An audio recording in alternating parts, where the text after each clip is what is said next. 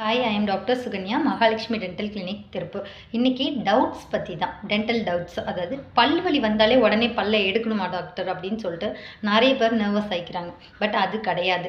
மைல்டான ஒரு ஈரில் பிரச்சனை இருந்தால் கூட பல் வலியாக தான் தெரியும். உங்களுக்கு வெளியில் ரொம்ப வலி இருக்கிற மாதிரி தெரியும். உடனே பல்லை எடுத்துருவோமான்னு கிடையாது.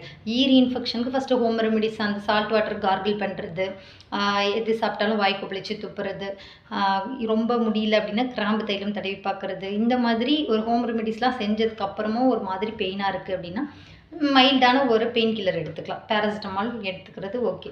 அதை தாண்டி இன்ஃபெக்ஷன் இருந்ததுன்னா டாக்டர் விசிட் பண்ணலாம். டாக்டர் விசிட் பண்ண உடனே பல்வலி வந்ததுன்னா உடனே பல் எடுத்துருவாங்கங்கிற கான்செப்டே கிடையாது, தப்பு. டாக்டர் ஃபஸ்ட்டு செக் பண்ணி பார்த்துட்டு, லைட்டான கேவிட்டி இருந்தால் கூட சில பேருக்கு தண்ணி பட்ட கூச்சம் ரொம்ப சிவியராக இருக்கும். அதாவது சொத்தை குழியாக இருந்தது அப்படின்னா கூச்சமாக ஃபீல் பண்ணுவாங்க.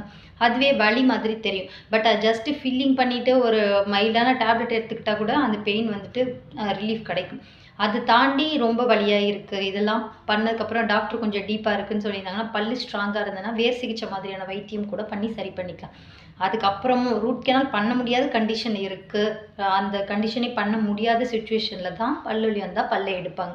ஸோ எதுக்குமே பயந்துக்காமல் என்ன பண்ணுறது அப்படிங்கிறத ஹோம் ரெமிடிஸ் பண்ணி பார்த்து ஒர்க் அவுட் ஆகாத விஷயங்களை டாக்டர்கிட்ட போய் விசிட் பண்ணி என்னன்னு தெரிஞ்சுட்டு அதுக்கப்புறமா நம்ம ட்ரீட்மெண்ட் பண்ணிக்கலாம். தேங்க்யூ.